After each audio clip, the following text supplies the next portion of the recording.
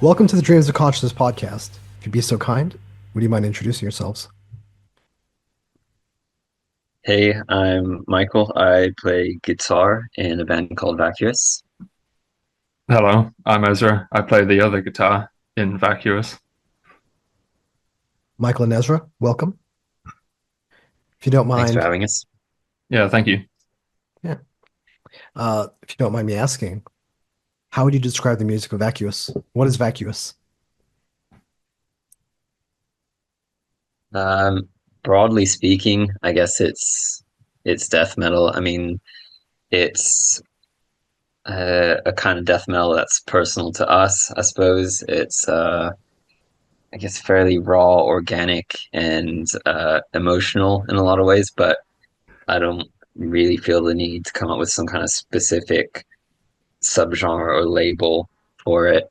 Just death metal. If you say that, people will know whether they're going to bother checking it out or not. So anything beyond that is a bit futile for me. Ezra, anything to add? Um, just basically, I agree with Michael. I guess if you were going to categorize it, it would fall into death metal, but there's lots of other aspects to it, um, and other experimental stuff that we've thrown in the mix too. Are you guys based in London? Yeah, we were originally, and we still call ourselves a London band, but we're kind of spread out now. Some of us are down on the coast near Brighton, and some of us are still in London. And actually, Ezra, you're up in Durham now, right? So Yeah, I'm up yeah, north. yeah. But for marketing purposes, we're a London band. Yeah, keeps it easier. uh, Based and spread around the UK. Would that be fair to say? Yeah, that's right. Uh, Do you feel that there's something intrinsically British about your sound? Um, Maybe I don't know. The weird thing is like ne Ezra and I are like the guitar players, and neither of us are actually British, which is kind Yeah, yeah, of but yeah, I mean, I suppose like I've always been drawn to like a lot of British music, and because it's just really miserable sounding stuff, so maybe that's kind of seeped into the music. But yeah, I don't know, Ezra. Do you feel like we have something intrinsically British? well, I guess um, we're influenced by living here, so the shitty weather all the time just makes us sound more miserable by default. Yeah, yeah, and I guess like I don't know, some of the bands that I really love, like I don't know, just like off the top of my head, like Paradise Lost and Carcass, like it like I think maybe if there is a British thing, it's like just pulling from different sources and just making it just this miserable amalgamation of stuff. Sure. Michael, can you tell me a little bit about how Vacuous came together? And Ezra, how you ended up joining the band? Yeah, sure. I'll start. Mhm. The band started basically when me and Joe met in, I guess, late 2019. I We were introduced by like kind of a mutual acquaintance of ours, a guy called Seth, who sings in a hardcore band called Stiff Meds. And was talking to him about how I was, I'm starting to write extreme metal stuff and was looking to put a band together. And he was like, I know this guy called Joe who's a drummer, um, who's really into all this stuff. So yeah, we met and hit it off. And Joe knew a guy called Damien who he jammed with, who yeah. So basically, we kind of combined into Vacuous. At the beginning, Joe was doing drums and vocals, um, kind of like autopsy, I guess. So yeah, we just kind of jammed for a bit. Ended up recording a really rough demo in our rehearsal room, which was mainly just for us to kind of figure out what we were doing. And yeah, then COVID hit, so like we weren't able to play any shows. So I think that made us just focus on our songwriting during that period. we were able to like send ideas back and forth remotely, and that's what turned into our EP Catabasis that came out at the end of 2020. And then because we hadn't really performed that stuff as a group, it was like, let's just write the songs we want to write. We realized like we've gotten too ambitious in our songwriting in terms of what we could handle in that format. So um, Joe ended up stepping down from drums, and we got Max in to be our drummer. And similarly with guitar, the songs required another guitar player, and that's where Ezra comes in. Yeah. So at the time, I was doing something similar to this. I was running a underground music magazine called Chard. Um, Eventually, I'll pick that back up again. But so that was also COVID born. So I remember hearing Vacuous's Catabasis and thought, live in the same country as them. Should interview them. Sounds good. And then I guess I hit it off with them. Joe knew I played guitar, and whilst they were looking for a second guitarist, they reached out to me, and then here I still am. Yeah. Ezra, what was it about their music that you liked? I guess the same characteristics that Michael described at the beginning, really. Just the raw feel to it, the slightly emotional side, and also just the oppressiveness of it, really. Michael, when you and Joe formed the band, what were your goals? What were you hoping to accomplish with this? Um, Honestly, it was not there wasn't really any kind of preconceived thing of like we want to achieve this or that with the band. For both of us, this was like the first project that I'd actually, managed to release music. Like I'd wanted to be in a band for a long time, and I realized that like I came to it fairly late in life. Like Vacuous started when I was 27. I'm in my 30s now. Most people kind of get that underway a lot younger, and I'd spent most of my 20s working kind of soul crushing corporate jobs. So I kind of came into it being like, I need to just at least say that I've done a demo, like that I've done something, had some creative outlet. So there's kind of like a sense of desperation going into like the very first demo. That sounds kind of tragic, but um, so yeah, honestly, then me and Joe just kind of clicked in some ways in terms of we had a lot of common ground musically, but really different personalities, and then that kind of became a challenge in of itself of how we could make it work. Um, and then it just grew organically from there. We kind of realized that we could be more creative with the band, and yeah, that's ultimately what's kept it interesting enough for us to keep doing it after all these years. When you and Joe first started writing songs, how were you doing it? Were you jamming together? Were you trading riffs back and forth? Yeah, at the very beginning, like the first demo that we put out, that was in the room, like jamming. But we don't really do that anymore. We've moved to kind of like let's demo stuff let's write a song structure at home, send it back and forth to each other, get feedback, and then when we feel like it's worth our time to kind of pursue, then we'll get in the room and hash it out together. Do most of the songs start with you? Uh, Generally speaking, it's kind of that's just because I've been in the band the longest. I guess the majority of the songs start with me, but that is starting to change now. Sure. Uh, would you say that the basis of most of your songs are the riffs? Are you a very riff-based songwriter? Yeah, I think the riffs that's something that like we all kind of click with the riffs, but the riffs also need to serve the song. Like I'm not too precious about the riff being the focus. It has to serve the song ultimately, and like it has to convey some kind of emotion as well. There's not a lot of guitar noodling in our band. There's not a lot of room for that, or for anyone to kind of like I don't know, show off like technical prowess. I Right, don't right, think right. any of us are really into that. Yeah, yeah.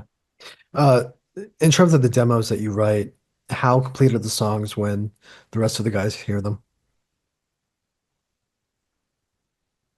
Um, there, yeah, I mean, it's kind of when I feel like I've had my input, you know, in terms of the a structure that makes sense, but it will always change. Like I don't think there's been a single song that we've stuck to the exact arrangement as per the bedroom demo.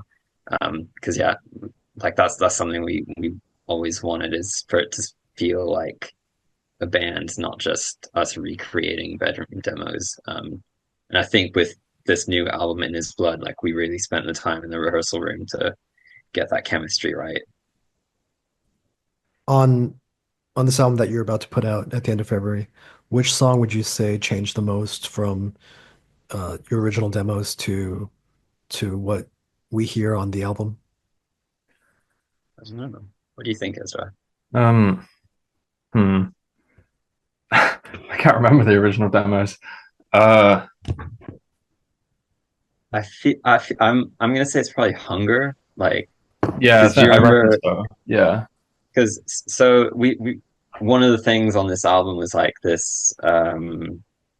We looked to sort of like post punk and goth as kind of like a thing to draw inspiration from, just because of like we found we just were trying to figure out a way to like get the like atmosphere and darkness from those styles of music, but with the sort of violence and oppression of death metal. And I think like my first sketch of that song and the song Contraband were very like kind of clumsy in a way. Like it's very like here's the post punk bit, here's the death metal bit, and it took a lot of time between like us in the room, and also thanks to our producer Stan to just not make it really like ham fisted and like kind of cliche, and just sound like a genuine organic thing. Does that make sense? Yeah. Yeah, absolutely. Do you program drums on your demos? Yeah, it's like not with the impression that Max is going to respect what I do. Okay. It's just like it's a placeholder. Right, right. Thrash Max beat, is double Max is like a bass, blast beat, that kind of stuff. yeah, Yeah, that yeah, kind of yeah, thing. yeah. Yeah, Max is very much like a drummer's drummer, so like he takes his like fill writing and all that stuff very seriously. Yeah.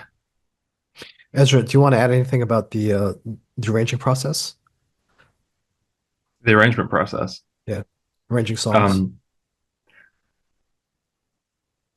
I'm not sure how much there is to add, really. I mean, yeah, it normally starts off with a riff, like Michael said, but not just a riff for the sake of a riff, if you know what I mean. The riff that you know you can build on with kind of a greater context that will work rhythmically with the drums or even with certain vocal placements. And not, yeah, nothing too crazy or complex that you wouldn't be able to build on top of with the other instruments.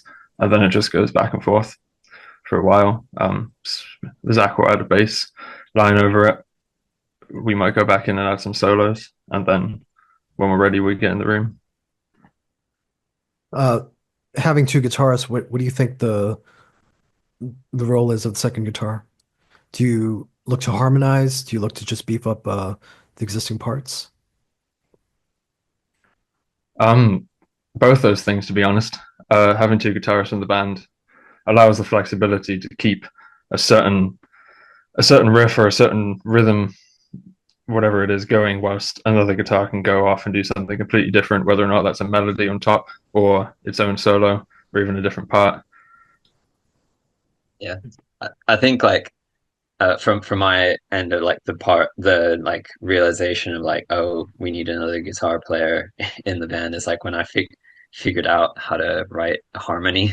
That was definitely like a big one Right. for me. Um, just being like, this sounds good with one guitar, but just having another one doing the same thing, further up the scale, it just like it becomes like more than the sum of its parts, if that makes sense. Yeah, absolutely. So at the time we're having this conversation, you guys are set to release your second full-length album, which is called In His Blood through Relapse Records at the Yeah. end of February. When did you guys start working on this album? Um, I feel like uh, it's like it wasn't one specific writing period. Some of the earliest stuff was written like quite soon after Dreams of Dysphoria was recorded, and some stuff was like a year later. So that would be, I guess, 20 late 2021 to I think like I wrapped up writing in like at the end of 2022, and then 2023 we just like spent that year uh rehearsing the stuff and doing the arrangements, and it was recorded in September 2023. So we've actually been sitting on this stuff for like what feels like a really long time at this point. Was that due to the label, or finding a label or anything like that? Uh, a bit of that. Not to throw anyone under the bus, but like vocals took a long time to record this time around.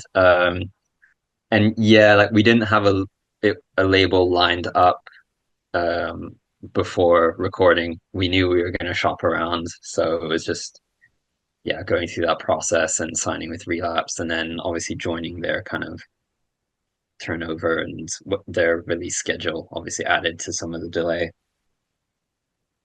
You talked about how your songwriting has expanded since the early days and adding some new influences, post-punk, maybe some more Paradise Lost kind of stuff. Was the goal always to expand on what you did on the first album, to try to branch out into new stuff?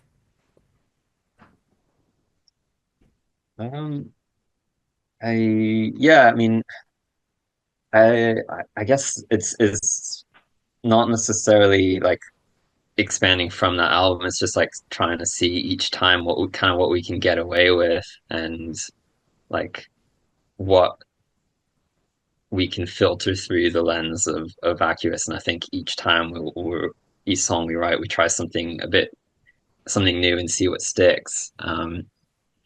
But yeah, some of the stuff like the first single, the title track "In His Blood," and some of the faster songs, those are the first songs to be written, and that was kind of in reaction to Dreams of Dysphoria being this really like slow, free form, like Death Doom kind of thing. And I think intrinsically, like we wanted to do something that was more immediate and spontaneous sounding, just because yeah, we just didn't want to pigeonhole ourselves in that kind of cavernous Death Doom niche that we could easily have gone down.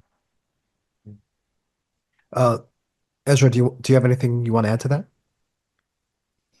Um, Cavernous Death Doom. Governor's Death Doom. Sorry, I was dealing with someone trying to get into the flat, but No me worries. not me trying to coordinate them getting through the door without standing up. But I've ended up disrupting the interview anyway. I'll answer the next question. Okay. Well, just in terms of what Michael said, it's an interesting statement. What can you get away with in Vacuous? What's the answer to that? What can you get away with? And have you ever done something that you guys feel like, no, this is wrong for this project? I guess. Hmm, I guess as long as as long as it feels right, you can get away with it. I guess, but to get away with it makes it feel like it's something that we shouldn't be doing, if you know what I mean. To get away with it makes it sound like we're taking a risk that we don't really want to take. But I guess a lot of the stuff that we do that we haven't done before, it's kind of we have the idea and we sit on it for so long that feels more like charging forward instead of necessarily trying to sneakily get away with it or anything like that. Right. Well, Yeah. if you don't mind me, unless Michael, you have something you wanted to add to that. No, no, go ahead. Okay. I mean, if you don't mind, my outsider perspective, I think some of the stuff that you're talking about on Contraband is really interesting, and maybe why Relapse was interested in you guys because this isn't another incantation core band. Do you know what I mean? Like this isn't another um, cavernous death metal band. It seems like you guys are really finding a voice that's separate from, building on influences, but separate from maybe what else is going on in the scene. I don't know. So in terms of that creative exploration, I'm curious if you've ever hit something where you felt like, it's not right for Vacuous or maybe not right for Vacuous right now. Yeah, I think definitely I do like the idea of bands evolving, but I do think there's like a right way of doing it. There's, you know, there was a song that actually we wrote ages ago to be the closer of Dreams of Dysphoria, and it was a little bit too out there at the time, and we ended up cutting it. But because, you know, I like bands that evolve, but it needs to be kind of a gradual thing, like an evolution rather than a change, if that makes sense. Right. Yeah. And like with this one, we've done, I think we pick up on some things that we had on James's for it, but we've introduced new ideas like the song Contraband, like you said, Hunger, etc. And then like just thinking about where we're headed with the next one, we're kind of going to pick up some elements from this record and kind of expand on those. Um, but then looking back, if you were just to take like that the first record and then where we're headed on the next one, it'll probably seem like quite a jump, I think. But it so I think in terms of ideas that we're like, no, we can't do that. It's like if it seems jarring and it's if we don't feel like we're able to execute them properly, then we won't do them. Like, you know, we do a lot. We're starting to do more melodic stuff, but like I wouldn't feel comfortable asking Joe to be like, "Can you do clean vocals or something like that?" Like, that's not something we'd entertain at this point in the band. But as I said, I'm a big Paradise Lost fan, so maybe in 2 albums' time, we'll be doing Coldplay type songs. I mean, I was a big Anathema fan. I think I still am a big Anathema fan, and that's a band that like if you put like their first album and their last album side by side, you'd be like, "There's no way this is the same band." You know what I mean? Yeah. I haven't gone super far with them. I mean, I love Serenades, but I haven't gone really deep into their discography, which is weird, because I'm super into Paradise Lost, Yeah. and I'll Uh, defend any album they put out. um, yeah, they're an interesting band. I feel like they were like I think all those bands kind of started off with this, Celtic Frost, Autopsy kind of, influence. But with Anathema, there was a lot of Pink Floyd, and that's probably where they really started to get like far away from what Mm, everyone else was doing. Yeah, like Pink Floyd finally made sense to me after owning, whatever it was, 7 Anathema albums. I could finally yeah. go back to that old prog rock stuff and be like, okay, I get this now. Sorry, huge tangent. Um, as far as the evolution though, how much of that is you guys getting used to each other as collaborators? I think that's the main bit, really. Like, I think we're just more comfortable. Like, I'm definitely more comfortable submitting like ideas to the guys, knowing that they'll be like receptive to them at least, even if we don't go through with all of them. And yeah, I think we all know kind of our strengths and weaknesses a lot more as a band, so that helps. Yeah, there's a Ezra? lot more space for submitting riskier things. Because even if they're not received well, it doesn't matter. You can discard the idea and move on with a new thing. Yeah. Where did you guys record Yeah, this album? and Oh, it I'm kind of sorry. Go ahead. stays, but no, I mean at the end of the day, if one of us writes a song that is bad, it will stay between us, and that's fine. And it's like we've Yeah, no one discarded else more needs to songs than know. we've released than we've released at this point. So Yeah. Sure. Uh, tell me where you guys recorded the album. at Holy Mountain Studios, which is in East London, and we recorded with a producer called Stanley Gravett, who had a pretty active role, I'd say, in how the album turned out. He was kind of involved from that early demoing stage. Like we were sending him demos, and he was actually giving us feedback on arrangements. So in a sense, he was like the sixth member of the band in a lot of ways. Stanley also worked on the split you guys did a couple years ago, right? That's right. Yeah, that was the Yeah, first time we worked with Stan. yeah, What do you recorded at Holy Mountain as well. what do you like about working with Stanley? I mean, you talked about some of the feedback he gave you as far as arrangements. Is that a lot of it? Yeah, and I mean, he's someone that we enjoy kind of seeing socially anyway, and it's just we've recorded in studios before and with like very competent engineers, but it's like you have to put a lot of work into getting someone to know who you are and what you're about and stuff, and it's like we've put in that work with it's just like developed naturally with Stan.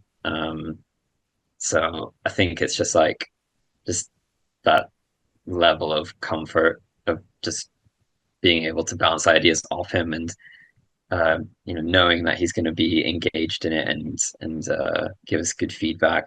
And yeah, he's just like he's obviously he's genuinely into what we do and wants to see us do well. Like he just made himself really available to work with us, gave us access to his studio. Well, the studio works into like do pre-production demos, which is something we hadn't done before, and it was just like really helpful to for us to get an idea how the finished product was going to sound.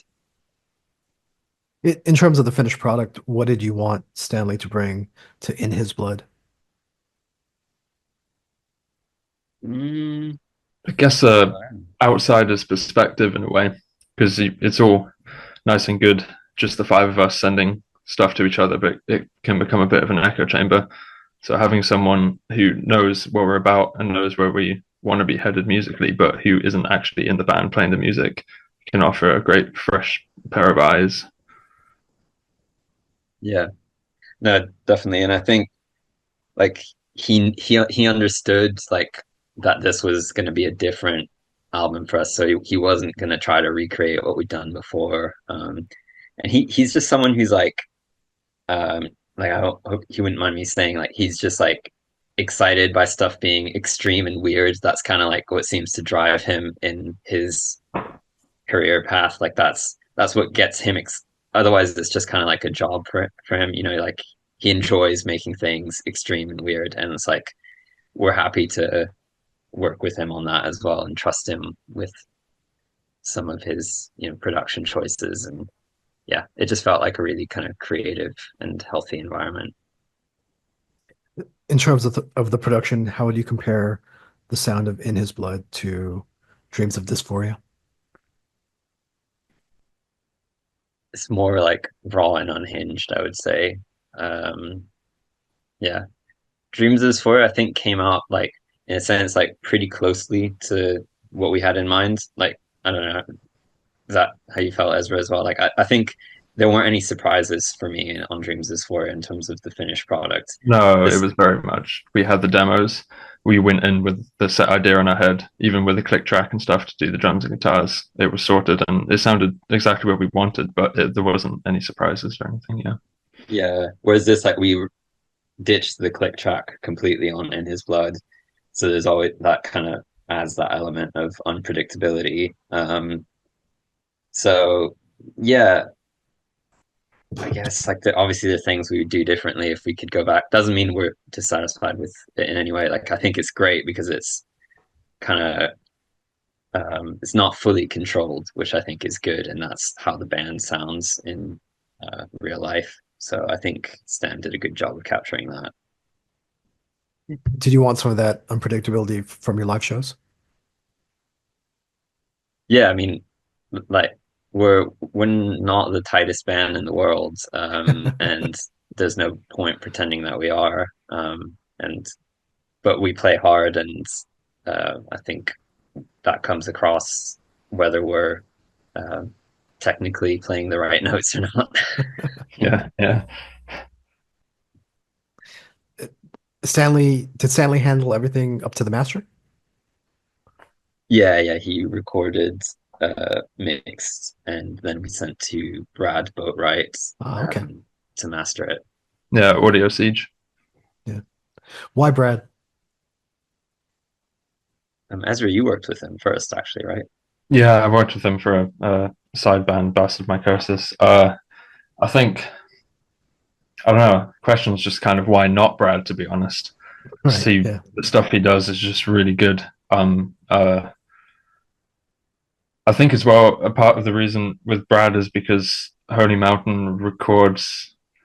I'm probably going to end up remembering or saying this wrong, but partially or fully analog with some of the things that Stan does. So Brad specializes in that and can get the most out of the mixes. Okay. Yeah. Yeah.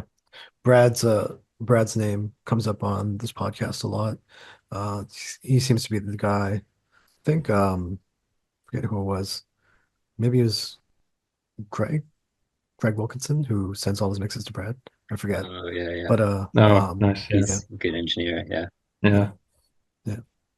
Brad knows his stuff, definitely. Uh so Relapse. This is your first album for Relapse. You talked a little bit about not knowing who was going to release this when you were recording the album. Uh, how did it end up being Relapse? It was, I mean, we credit entirely to Charlie, who runs a record shop in London called Crypto the Wizard, which is located above Holy Mountain, where we recorded. He, I guess, had some contacts with Relapse just by ordering wholesale for the shop. And one of the reps from the label was in town, and stopped by the shop, and they were chatting, and asked, "Is are there any good UK bands that are worth being aware of?" And he just said, "It just so happens that there's a death metal band that's mixing their album downstairs called Vacuous," and that kind of got our foot in the door. He ended up introducing us. We sent them some rough mixes, and yeah, they were interested, and that's how it happened. So yeah, 100%. Charlie is responsible for it. That's excellent.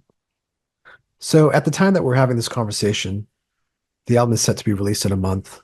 What do you guys have planned in terms of shows, tours, maybe festival appearances for the rest of the year? So to, I guess, celebrate the release, we've got a live show on the 1st of March at a festival in London called Life After Death, which is a really, I guess, unique and special event that's curated by Crypto the Wizard, which is the record shop that I was mentioning earlier. So we're doing a full album set at that.